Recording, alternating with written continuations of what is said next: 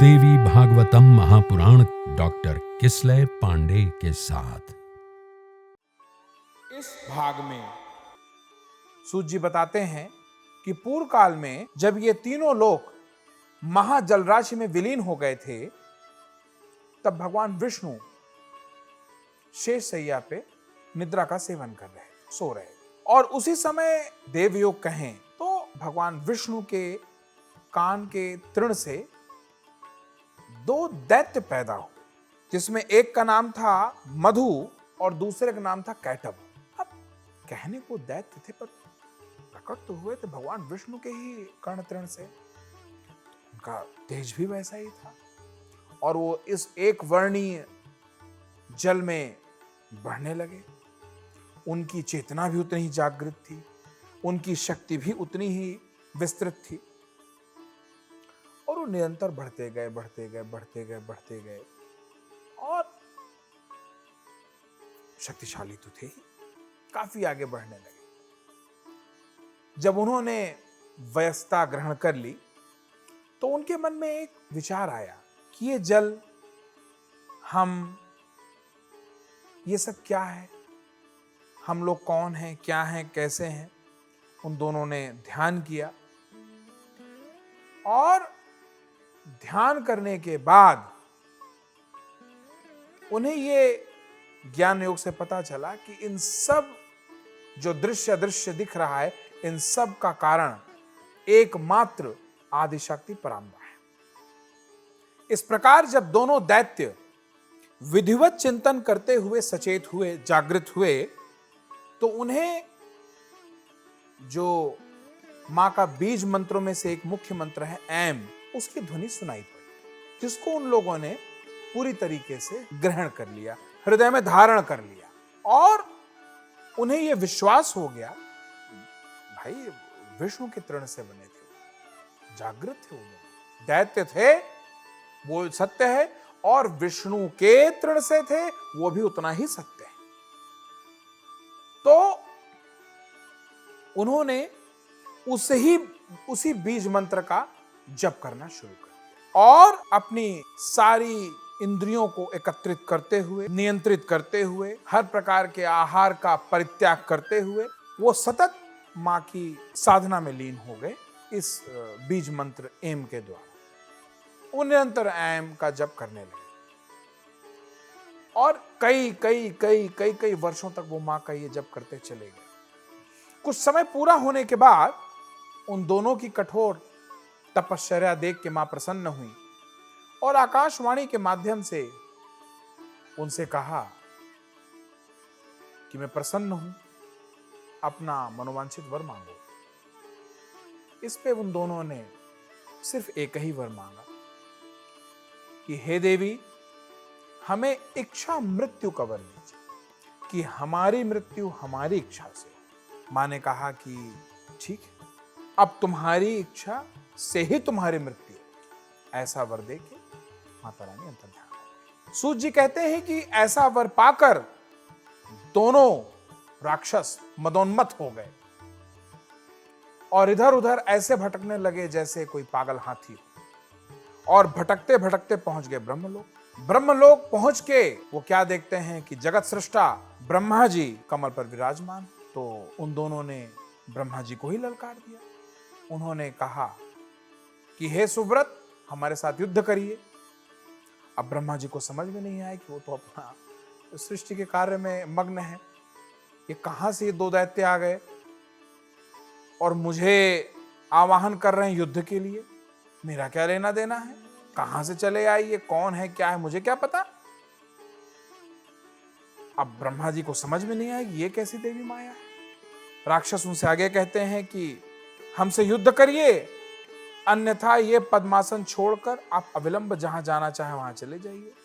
यदि आप दुर्बल हैं तो इस आसन पे बैठने का आपको अधिकार नहीं, और अगर आप शक्तिशाली हैं तो हमें हरा कर सिद्ध करिए कि आप इस आसन के अधिकारी हैं, क्योंकि कायर व्यक्ति को हमारी समझ से इस आसन का अधिकार नहीं। उन दोनों दानव वीरों को देखकर ब्रह्मा जी काफी चिंतित हो गए। वो मन ही मन सोच रहे थे कि मेरा व्यवहार इनके प्रति कैसा होना चाहिए। मुझे युद्ध करना चाहिए, नहीं करना चाहिए, क्षमा मांगनी चाहिए, नहीं मांगनी चाहिए, और युद्ध करूं भी तो करूं कैसे, इनके बल का मुझे कोई अंदाजा भी नहीं है, मुझे कोई जानकारी भी नहीं है, और अगर मैं इनकी स्तुति करता हूं तो उसका क्या प्रभाव होगा, मुझे कुछ भी जानकारी नहीं है। अच्छा, यहां से ये एक बड़ी कड़ी शिक्षा मिलती है कि जब तक आपको सामने वाले की शक्ति का सही अंदाजा ना हो, उससे युद्ध करने की मूर्खता कभी नहीं करनी चाहिए। बल्कि यहां तो यह तक कहा गया है कि उससे जब तक सामने वाले के बारे में आपको पूरी जानकारी ना हो, उससे कोई व्यवहार भी ना रखें। जब तक उसके बारे में समग्र चिंतन ना कर लें, उसका आगा पीछा न विचार लें, उससे किसी प्रकार का संबंध नहीं बनाना चाहिए। ब्रह्मा जी ने यह शिक्षा बड़ी कड़ाई से दी है। और यही सब सोचते सोचते ब्रह्मा जी इस निष्कर्ष पे पहुंचे कि अब ये उचित समय है कि मैं बिना एक क्षण विलंब किए चतुर्भुजी भगवान विष्णु की शरण में जाऊं और वही मेरे इस शंका का निवारण करे। तो ब्रह्मा जी बिना एक क्षण देर किए तत्काल भगवान विष्णु की शरण में पहुंच गए। भगवान विष्णु के पास पहुंचकर ब्रह्मा जी कहते हैं कि हे दीनानाथ, हे भगवान विष्णु, हे हरे, हे वामन, हे माधव, भक्तों की पीड़ा हरने वाले ऋषिकेश, हे सर्वव्यापिन, हे जगतपते, हे अनंत स्वरूप, हे वासुदेव, हे अंतर्यामिन, हे जगत के स्वामी, हे दुष्टों का तथा शत्रुओं का संहार करने में एकाग्रचित्त रहने वाले, हे चक्रधर, हे गदाधर, हे सर्वज्ञ, हे सर्वलोकेश, हे सर्वशक्ति संपन्न, हे देवेश, हे दुखनाशन, आप उठिए, उठिए और मेरी रक्षा करिए। अब आप देखिए कि भगवान ब्रह्मा कैसे भगवान विष्णु की स्तुति करते हैं। ब्रह्मा जी आगे कहते हैं कि हे विशंभर, हे विशालाक्ष, हे पुण्य श्रवण कीर्तन, हे जगत सृष्टा, हे निराकार, हे सृष्टि पालन संहार के कारक, हे महाराज, ये दोनों मदोन्मत्त दानव मेरा वध करना चाहते हैं। हे सर्वाधार, मैं इस समय संकटग्रस्त हूं, क्या आप ये नहीं जानते? हे महाविष्णु, मैं इस समय दुख से अत्यधिक पीड़ित हूं और आपके शरणागत हूं। ऐसी स्थिति में यदि आप मेरी उपेक्षा करेंगे तो आपका जगत पालन का नियम निरर्थक हो जाएगा। इससे ही पता चलता है कि कष्ट ब्रह्मा जी पर भी आता है। वो हमारी आपकी तरह इधर उधर नहीं जाते, वो सीधे पहुंचते हैं अपने इष्ट की शरण में, उनके इष्ट भगवान विष्णु, और सीधे जाके उनकी स्तुति करना शुरू करते हैं। अब देखिए यहां भगवान विष्णु सो रहे हैं, पर ब्रह्मा जी अपना धैर्य नहीं खो रहे, वो स्तुति करते जा रहे हैं, वो उनको प्रसन्न करते जा रहे हैं। उसका परिणाम आगे कथा में दिखेगा। वो कहते हैं कि प्रभु अब आप ही मेरी रक्षा करिए, और हर प्रकार से भगवान विष्णु को वो प्रार्थना कर रहे हैं। इस प्रकार की स्तुति करने पर भी जब योग निद्रा में लीन भगवान विष्णु नहीं जागे, तब ब्रह्मा जी ने विचार किया कि भगवान विष्णु अवश्य, जैसा कि पहले हमको जानकारी मिली है कि वो स्वयं मां शक्ति के अधीन रहते हैं, तो अवश्य ही ये उसी माता शक्ति के अधीन होकर निद्राग्रस्त है और उन्हीं की प्रेरणा से योग निद्रा के वश में हो गए, जिससे ये धर्मात्मा नहीं जाग रहे हैं।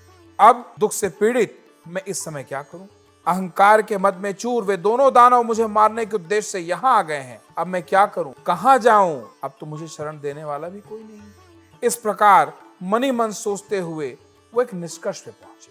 उन्होंने सीधे मां का स्तवन शुरू कर दिया और वो कहने लगे कि मेरे द्वारा नाना विध स्तुति किए जाने पर भी भगवान विष्णु निद्रा त्याग नहीं कर रहे हैं। एतएव मैं मानता हूं कि निद्रा इनके अधीन नहीं है, अपितु ये निद्रा के द्वारा ही वशीभूत कर लिए गए हैं। जिस शक्ति के द्वारा सिंधु पुत्री लक्ष्मी के वश में रहने वाले भगवान विष्णु भी वशीभूत कर लिए गए हैं, उन्हीं भगवती ने निश्चित रूप से जगत को अपने अधीन कर रखा है। मैं ब्रह्मा, विष्णु, शंकर, सावित्री, लक्ष्मी एवं पार्वती, हम सब उन्हीं के अधीन हैं, इसमें कुछ भी संशय नहीं है। अतः ब्रह्मा जी ने मां की स्तुति आरंभ। ब्रह्मा जी कहते हैं कि हे देवी, इस जगत का कारण आप हैं और आप ही हैं। वेद वाक्यों से मुझे ऐसा ज्ञात हुआ है, हे अम्ब, आपकी ही शक्ति से संपूर्ण विश्व को ज्ञान देने वाले पुरुषोत्तम भगवान विष्णु भी इस समय योग निद्रा के वश में हो गए हैं।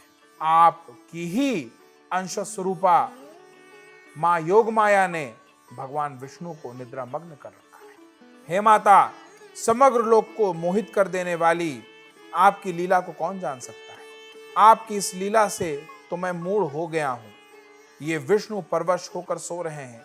हे समस्त प्राणियों के मन में निवास करने वाली भगवती, करोड़ों देवताओं में भी ऐसा कौन विज्ञ है जो आपको और आपके निर्गुणत्व के रहस्य को जान सके। सांख्य शास्त्र के विद्वान पुरुष और प्रकृति से जगत की उत्पत्ति मानते हैं। इसमें वे अचेतन प्रकृति को ही जगत को उत्पन्न करने वाली बताते हैं। तो फिर क्या आप वैसी ही अचेतन हैं? किंतु यदि आप जड़ होती तो इन जगदाधर विष्णु को इस समय कैसे चेतना रहित कर देती। हे महामाये, आप सगुण रूप धारण कर नानाविध लीलाएं करती रहती हैं, अतः आपके रहस्यमय कार्यों का सम्यक ज्ञान करने में भला कौन समर्थ है। हे भवानी, मुनिगण संध्या नाम से आपके गुणों को परिकल्पित करके तीनों समय प्रातः, मध्याह्न, सायं निश्चित रूप से आपका ही ध्यान करते हैं। हे देवी, आप बुद्धि स्वरूपा होकर समस्त लोगों को ज्ञान देती हैं और लक्ष्मी रूप से सदैव प्राणियों को सुख देती हैं। हे माता, संपूर्ण प्राणियों में कीर्ति, मति, धृति, कांति, श्रद्धा एवं रात्रि रूप में आप ही विद्यमान हैं। हे देवी, प्रगाढ़ निद्रा के वशीभूत विष्णु को देखकर विषम दुख की स्थिति में प्राप्त हुए मुझको ये प्रमाण मिल गया है कि आप ही निसंदेह संपूर्ण जगत की जननी हैं। इस वे में अब सैकड़ों तर्क वितर्क करने की कोई आवश्यकता नहीं है। इस संसार में कोई भी ऐसा नहीं है मां जो आपके रहस्य को जान पाए। आपका तो कोई पार ही नहीं है।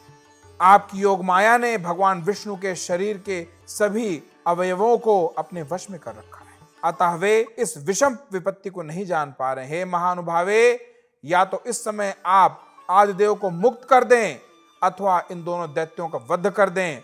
इनमें से आपको जो भी उचित जान पड़े मैया रानी कर दीजिए, पर मेरी रक्षा करें। भगवान ब्रह्मदेव ये कहते हैं, हे देवी, जो मंद बुद्धि प्राणी आपकी विशिष्ट महिमा को नहीं जानते वे ही विष्णु तथा शंकर आदि की आराधना करते हैं। हे जननी, आज प्रत्यक्ष प्रमाण के रूप में मैं आपकी महिमा देख रहा हूं कि भगवान विष्णु भी प्रगाढ़ निद्रा के वशीभूत होकर सो रहे हैं। आपकी शक्ति के वश में पड़े अपने पति भगवान विष्णु को इस समय सिंधु सुता लक्ष्मी भी नहीं जगा सकती, क्योंकि हे भगवती, मुझे ऐसा प्रतीत होता है कि आपने ही बलपूर्वक माता महालक्ष्मी को भी शयन करने के लिए विवश कर दिया है, जिससे वे भी नहीं जाग रही हैं। भगवान विष्णु को सोया देख के ब्रह्मा जी काफी चिंतित हो रहे थे। वे आगे कहते हैं कि हे भगवती, यदि आप मेरी सृष्टि करके मुझे नष्ट कर देने की इच्छा नहीं रखती तो अपना यह मौन त्याग कर मेरे ऊपर दया कीजिए। हे भवानी, आपने काल रूप इन दोनों दानवों की किस लिए उत्पत्ति की है?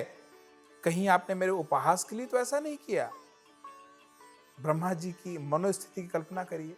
वो अपना काम आराम से अपने ब्रह्मलोक में कर रहे हैं, उनका ना इनसे कोई लेना ना कोई देना, फिर भी ये लोग पहुंच गए। अब जब भगवान की शरण में ब्रह्मा जी आ रहे हैं तो प्रभु जाग ही नहीं रहे, प्रभु योग माया के अधीन है। अब ब्रह्मा जी तो चारों तरफ से फंस गए। ब्रह्मा जी आगे कहते हैं कि हे माता, यदि आप यही चाहती हैं तो आप मेरा वध कर दीजिए, पर मैया इस कष्ट से मुझे निकालिए। चाहे आप वध कर दें, चाहे ये दोनों दैत्य मेरा वध कर दें, पर मैया ध्यान रखिएगा, ये कलंक आएगा। आने वाला समय ये पूछेगा कि जिसको प्रथम सृष्टिकर्ता बनाया था उसका किस कारण दैत्यों ने वध कर दिया। अब ब्रह्मा जी अपनी बुद्धि का प्रयोग करके मां के ममतामयी रूप का आवाहन कर रहे हैं। वे आगे कहते हैं कि हे देवी उठिए, हे मैया रानी जागिए, सुनिए मुझे और अपना अद्भुत रूप धारण करिए। हे बाल लीला कारिणी, आप अपने इच्छा अनुरूप चाहे मुझे मार दें या तो इन दोनों दैत्यों को मार दें या फिर भगवान विष्णु को जगा दें। कुछ तो करिए मां, ऐसे मेरी पुकार अनसुनी मत करिए, क्योंकि जो मैंने प्रार्थनाएं की अभी आपके सामने, इनको पूर्ण करने में इस संपूर्ण चराचर जगत में एकमात्र आप ही सक्षम हैं, ये मैं जानता हूं। और इस तरह भगवान ब्रह्मदेव द्वारा स्तुति करने पर मां की अंश स्वरूपा मां योग माया ने भगवान विष्णु को निद्रा मुक्त कर दिया और वो बाहर निकल के आके खड़ी हो गई। और योग माया के प्रभाव से मुक्त हुए भगवान विष्णु जाग गए, जिनको देख के ब्रह्मा जी की तो प्रसन्नता कोई पारावार नहीं था। अगर ये कहें कि लक्ष्मी जी ज्यादा प्रसन्नता भगवान ब्रह्मदेव को ही थी, क्योंकि वो एक ही मात्र सहारा थे, वो जाग गए थे, उनका विश्वास देखने योग्य था। तो फिर प्रेम से बोलिए जय माता की।